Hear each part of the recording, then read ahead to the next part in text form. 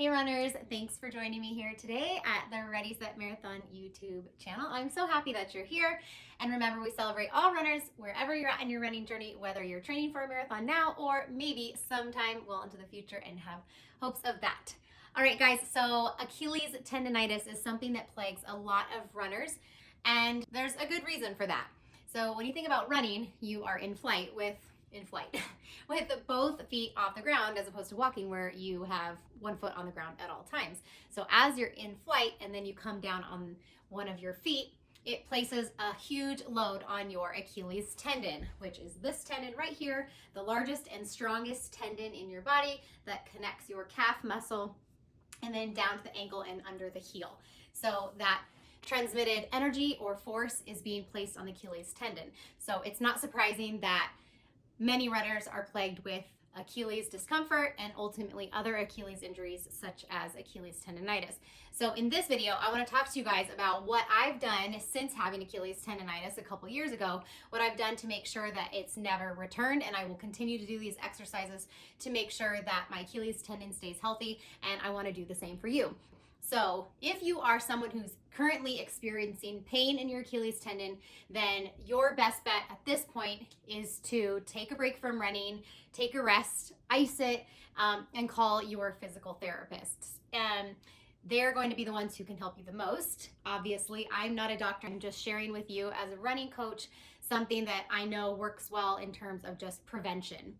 Or if you've had some discomfort in your Achilles tendon and you've rested maybe a couple days now and you want to make sure that you keep it at bay, then this is the video for you. We're going to go over the 4 exercises that I do to keep my Achilles tendon strong, as well as make sure that my calf muscles are strong and aren't too tight, because if they're tight, that's just going to place a lot more force on your Achilles tendon, and then as well as keeping that range of motion in the ankles. So on top of that, make sure you stick around, guys, because at the end, I want to talk about 3 other things that you need to be doing to prevent injury in general. Because even with these exercises that I give you, they're great for keeping Achilles tendonitis at bay. However, if you're not doing these other suggestions that I give you, then you're just setting yourself up for injury. You want to have a well-rounded running, a well-rounded training, and well-rounded recovery in order to be the best runner that you can be. And guys, just a little reminder, if you like what you're seeing, if you know you're gonna be able to use these tips in your training to be a better runner, please give me a like below. I appreciate your support very much. So let's get started. Number 1 is foam rolling. So no, you're not foam rolling your Achilles tendon, you're foam rolling your calf muscles. Okay, and if you check out my video I have on foam rolling, you can follow along with me. I have 9 exercises that I like to do full body, and the calf area being a huge part of that. So make sure you check that video out. I will link it up here. And in that video, I talk about how foam rolling is a form of myofascial release. It's getting down into those deeper tissue areas and breaking up adhesions. So by foam rolling the calf muscles, you're making sure that your calf muscles are all smooth in there and not too tight, because if they're tight, one, you're going to be in a place where a calf strain would be a possibility, and then you're also just putting more force and pressure on the Achilles tendon. So foam rolling the calves is going to break up any of those adhesions in there, okay? And so I have this kind right here, but in that video I talk about some other options. My suggestion for that would be to do that a couple times a day. Pre-run, post-run are good options, or possibly pre-run and before you go to bed. If it's a long run, you definitely want to be foam rolling right after. If it's an easier run, you don't necessarily need to be doing that. So foam rolling every day, 2 times a day is a great idea for preventing any Achilles tendon discomfort or injury. Number 2, this is a huge one, eccentric calf raises. And if you do end up seeing a PT, this is probably one of the first things that they are going to have you do. So on an eccentric calf raise, you need to find a bench or a stair. If you can hold onto something next to you, that would be ideal. And you're going to stand with just your toes placed on that raised surface with your heels off. And then you're going to lower down. You can either lower down on one foot or you can lower down on both feet. I usually use a combination of both. Just be careful if you are feeling discomfort in that Achilles tendon. You can lower on that injured foot, but then you're pressing back up with both feet. You don't want to put too much force on that uncomfortable Achilles tendon. Okay. And then this is something that I like to do also when I'm out for a run. If it's feeling a little bit tight, I will maybe stop at a bench somewhere and hop up on that bench, and I'm just stretching out the calves, stretching out the Achilles tendons by doing these eccentric calf raises. So I highly recommend that. If you feel some tightness at the beginning of the run, hop up on a bench somewhere as you see one. It'll feel a lot better for the rest of those miles. So for eccentric calf raises, I recommend doing these 3 sets of 10. And you can start with doing once per day, and then I would recommend start doing twice per day. You can also do 2 by 15 would be another option. Okay, number 3, similar. This is heel and toe raises. So this is something that I love to multitask with. And I know all of you out there are just as busy as me with whatever it is that you're doing. So anytime we can multitask, right? The better. So I love doing these while I either dry my hair or make coffee in the morning. I have an espresso, so it takes a while for the coffee to brew. So I might as well be doing some little exercise or something while I'm waiting for it, right? So for these, you're gonna stand flat. I like to hold onto the counter there sometimes, or you can also place your hands on your hips, and you're going to raise up on your toes slowly and then back down, and raise up and then back down. And again, this is to strengthen your ankles, okay? And better that range of motion in the ankles. So as much as you can strengthen your calves and your ankles and your feet and get a better range of motion, the better it's going to be for your Achilles tendons. They're all connected, right? Okay, so for the toe and calf raises, you're going to stand flat, and you're just going to go back and forth. Toes up, toes down, heels up, heels down. Toes up, toes down, heels up, heels down.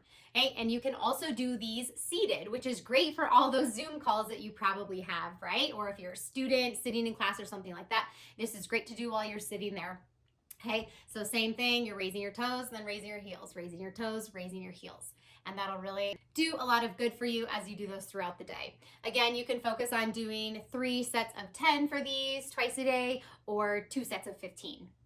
Okay, and the last one is a toe stretch. So for the toe stretch, you want to have something that you can wrap around your toes. So I have a band here, but you could also use a towel, just anything that is going to go around your toes where you can pull. And you can also do these standing. So for the seated ones, you're going to wrap this around your toes, and you want to pull and then hold. So you can pull and hold for 10 seconds and release. Pull and hold for 10 seconds and release. Again, focusing on that 3 sets of 10. Another option that you can do here that I've seen physical therapists suggest through my research is kind of more of a bouncing motion. I usually like doing the hold, but not bouncing too fast, but more of just a back and forth. And you're feeling that Achilles tendon pulling, and you should be able to feel that pressure there. And then if you don't have a band, or maybe you're out for a run, I sometimes do this if there's like a lamp post there and some cement on the bottom. It's almost like I'm up hugging the lamp post. I'm sure I look super weird, but I will hold it and lean up against it, and I'm going to press my toes up against the wall. You can also do this against a wall if you can hold on to something like I'm doing here in my house. I'm pushed up against the wall, holding tight, and then you should be able to feel that stretch as you press your toes up against the wall. All right, so those are my 4 stretches or mobility work, foam rolling, whatever you guys want to call them. Basically just exercises that I'm doing to make sure that I'm keeping my Achilles tendon strong while also keeping my calves loosened up and strong, and keeping that range of motion and mobility in my ankles and feet as well. So I also mentioned to you that I had 3 other suggestions for you to make sure that you prevent any injuries, Achilles tendonitis or anything else. And here those are. Number 1, 80% of your running should be at an easy pace. I have another video where I talk all about how to find that easy pace and why 80% of your runs should be at an easy pace. That's a huge part of injury prevention. Okay, the next one is being sure not to increase your mileage by more than 10% each week. In fact, you should be doing something more like a raise 10%, raise 10%, raise 10%, and then cut back 20%. And you can go back to 10, 10, 10. Okay, you're never going up more than 10. And that's just a good rule of thumb for making sure that you're not overdoing it, overreaching and overextending your body to the point where your body can't handle the amount of force that you're putting on it that it's not expecting. And then the last one is to alternate between shoes. So this is a huge one. I know that rotating your shoes maybe doesn't seem huge, but even just those little tweaks, like a different foot drop or more cushioning, just is going to put different pressures on your feet and your bones and your ankles and your Achilles tendon, making it so swapping those out every other day makes it super helpful for keeping that area strong. I hope that you got some great tips out of this video of how to keep Achilles tendonitis away for good and keep that area of your body strong, as well as just keeping injury away in general so that you can reach your full potential. All right, guys, if you want to keep coming back for more tips and get more like what you saw in today's video, make sure that you subscribe so you don't miss any videos that come from me every Monday and Thursday. Thanks for joining me, and I'll talk to you guys on the next one.